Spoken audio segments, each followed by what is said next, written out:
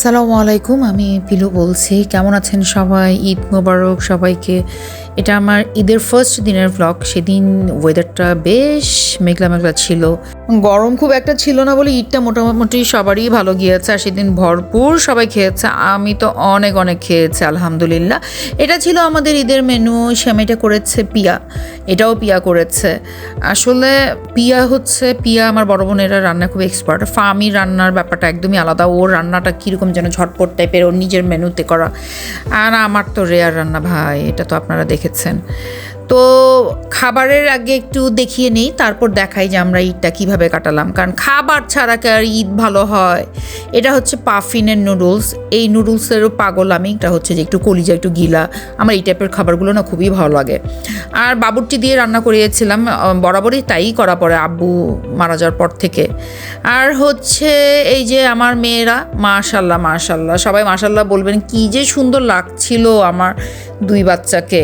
ওদেরই তো ঈদ, আমি তো সারাদিন একদম ঘুমিয়ে ঘুমিয়ে কাটিয়েছে। আম্মু নাই, আসলে আম্মু ছাড়া কি আর ভালো লাগে? আম্মু কান্না করতেছে ওইদিকে, আমরা ওইদিকে মন খারাপ করে বসে আছি। আম্মুর সাথে যেহেতু প্রতিটা ঈদ করা পড়ে, তো আম্মু থাকলেই চালের একটা রুটিও ঠিক মতো খেতাম না। হালুয়া, পায়েস একটু পছন্দ করতাম। আর আম্মুর হাতে দুধ সেমাই, হালুয়া, এইগুলো আসলে অন্যরকম টেস্ট। এটা আমারও কথা না, আমার ফ্রেন্ড সার্কেল যারা খেয়েছে বা আমার চাচা ফুপুরা, ওরা সবসময় বলো যে আম্মুর হাতের মতো পায়েস আর সেমাই এটা আসলে অন্য কোথাও টেস্ট এরকম পাইনি। আর পাবনা সুইটের রসমালাইটা নিয়ে পুরাই লস, এত বাজে ছিল। অন্য কোথাও থেকে আসলে নিয়ে আসা উচিত ছিল, ভুল হয়েছে। এই যেটা আমাদের সকালে নাস্তা ছিল, আমরা মুরগি দিয়ে নাস্তা করেছি যেহেতু মাংস লেটে হয়েছে। এরপরে এটা হচ্ছে দুপুরের আয়োজন ছিল, তখন মাত্র রান্না হয়েছে, বাবুর্চি রান্না শেষ হয়েছে। এটা রোস্ট আগের দিন করেছে, যেটা অ্যাজ ইউজুয়াল করে সবাই আর কি, কম বেশি। মানে তারপরও যতই যাই হোক, আম্মু ছাড়া এবার এটা খুবই বাজে। তবে চাচা ফুপিরা সময় দিয়েছে, সবই ঠিক ছিল। কিন্তু মা ছাড়া কি আর ভালো যায়? বাবা মা তো বাবা মাই। আমার দুই বাচ্চা আমার ফ্যামিলিকে দেখে খুব মাঝে মাঝে অবাক হয় যে তোমরা এত আড্ডা দিতে পছন্দ করো মা।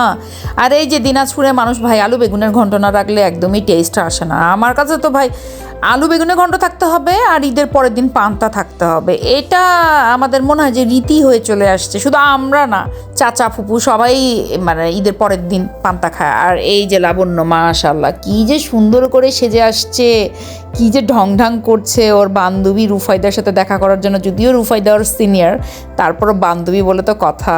তো বাচ্চাদেরকে নিয়ে আমরা লাঞ্চ করতে বসেছি। আমার দুই বাচ্চা আগেই খেয়েছে। যদিও আমার দাঁতে বেশ প্রবলেম হচ্ছে ঈদের কয়েকদিন আগের থেকে, তারপরেও কুরবানির মাংস বলে কথা। কারণ কুরবানির মাংসের মধ্যে যে টেস্ট থাকে এটা আর কোনো কিছুতে নাই। আর আমার বাবা এই অভ্যাসটা আমাদের করেছে, সেটা হলো কলিজা পোড়া। এটা কখনোই আর খাওয়া পড়ে না সারা বছর, এটা কুরবানিদের সময় কলিজা পোড়া খাবোই। আর 23 দিন একজনকে ভিডিও করে দেখাচ্ছে। এটার মজা কুরবানিদের ছাড়া আসলে কখনোই পাওয়া যায় না। Try to understand. Okay, আমাকে বলো। এটা কোনো কথা? একজন লাল চশমা পরে পড়তে বসছে, আরেকজন পড়াচ্ছে। তার উপর আবার ওর মেজাজ খারাপ হয়ে গেছে। হঠাৎ করে মনে হয় লাবণ্য বলতেছে আমি পড়বো না। কেন পড়বে না? তারা ভালো লাগছে না। তো রুফাইদা আবার একটা ছাতা দেখায়, বলে যে ও খুব মন খারাপ করছে তুমি না পড়লে। বলে যে আচ্ছা ঠিক আছে, তাহলে পড়তে বসে। আমি এই ভিডিওটা আপনাদেরকে দেখাচ্ছি। ওদের ভিডিওটা আমি রেখেছি একটা কারণে, আমার বেশ মজা লাগছে। মানে এই দৃশ্যটা এত ফানি ছিল, সামনে থেকে না দেখলে কেউ বুঝবে না। দেখো মন খারাপ হয়েছে, তো তুমি পড়বা না।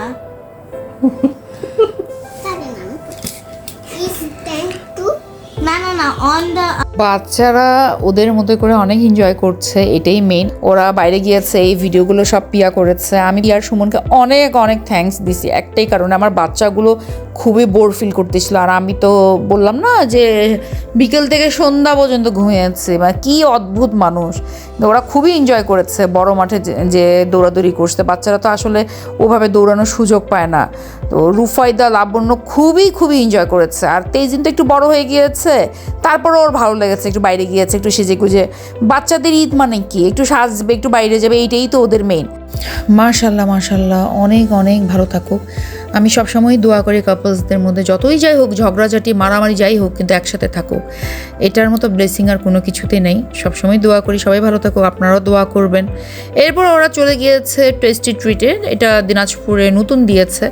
বাচ্চারা তো সবসময় মুজ, তারপর কেক, এগুলোর পাগল, মানে এইগুলো পেলে আর কোনো কিছু তাদের চাই না। এত এত দৌড়াদৌড়ি করে টায়ার্ড হয়ে গিয়েছে। এরপর কেক, চকলেট, আইসক্রিম, এত কিছু দেখে বাচ্চাদের খুশির উপর ডাবল খুশি।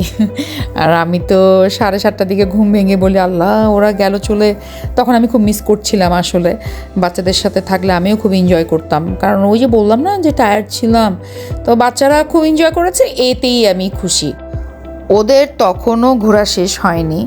আমি যখন ফোন করেছি তখনও বলতেছে ঘুরছি। তেইজিন আবার বলছে যে ওর নাকি কোনো আইসক্রিম খেতে ইচ্ছা করছে, ললি আইসক্রিম। তো ললি আইসক্রিম খেয়ে এরপর আর কি যেন কোন টোন খেয়ে তারপর ওরা রওনা দিয়েছে। ওরা চলে আসার পরে আমি তখন চিন্তা করলাম যে আসলে এখন আমার একটু বের হওয়া উচিত। যদিও আমি কোনো ঈদের কাপড় থেকে শুরু করে কিছুই পরিনি, আমার ভালোও লাগছিল না। তারপরেও আর কি একটু বের হলাম চা খাওয়ার জন্য, বাচ্চাদেরকে রেখে বেরোলাম। বাচ্চারা যেহেতু অনেক দৌড়াদৌড়ি করেছে, সো টায়ার্ড ছিল। যদিও আমাদের প্ল্যান ছিল মালাকের দোকানে চা খাবো বটতলিতে, যেটা এর আগে আমি অনেকবার মনে ব্লগে দেখিয়েছিলাম দিনাজপুরে যখন এসেছি। কিন্তু পরে চলে গেলাম আমরা ভাবির দোকানে চা খেতে। চায়ের পাগল আমি মোটেও না, কিন্তু বাইরে গেলে একটু ঢং হয় শুরু। আমার যাই না, ওরা লাল চা খেয়েছে, আমার আবার দুধ চা খেতে হবে। তো দুধ চা খেয়ে আর কি একটু হাওয়া খেতে বের হলাম। কোথায় যাব আসলে দিনাজপুরে ঘোরার মতো তেমন একটা জায়গা নাই। তো একটু ব্রিজ ট্রিজ দিয়ে ঘুরে টুরে এরপর আমরা ব্যাক করেছি। এটাই ছিল আমাদের ঈদ ভ্লগ। সারাদিন ঘুমিয়ে শুয়ে বসে কাটিয়ে দিন পার করেছি। তারপর টুকটাক তো কাজ ছিলই। আর এই যে বড় মাঠের কী যে সুন্দর করে সাজিয়েছে, কিন্তু ভিডিওর রেজুলেশন কভার করছিল না, তাই ওভাবে আমি আসলে দেখাতে পারছিলাম না। একটু জুম করছিলাম, একটু জুম আউট করছিলাম। এই ভ্লগটা আমি এখানেই শেষ করছি। আর আপনারা সবাই সুস্থ থাকবেন, মশলাদার খাবার কম খাবেন। সুস্থতা আল্লাহর অনেক বড় নিয়ামত। যারা অসুস্থ, যারা খেতে পারছে না, তারা জানে যে আসলে এটার মতো কষ্ট আর কোনো কিছুতে নেই। ক্ষুধার কষ্টই হলো জীবনের সবচেয়ে বড় কষ্ট। আর আমার লাইফে আমি মনে করি না অন্য কোনো কিছুতে এত কষ্ট আছে। আমার বাচ্চা দুটোর জন্য দোয়া করবেন। আপনারা সবাই ভালো থাকবেন। এখানে শেষ করছি। Tata, bye bye.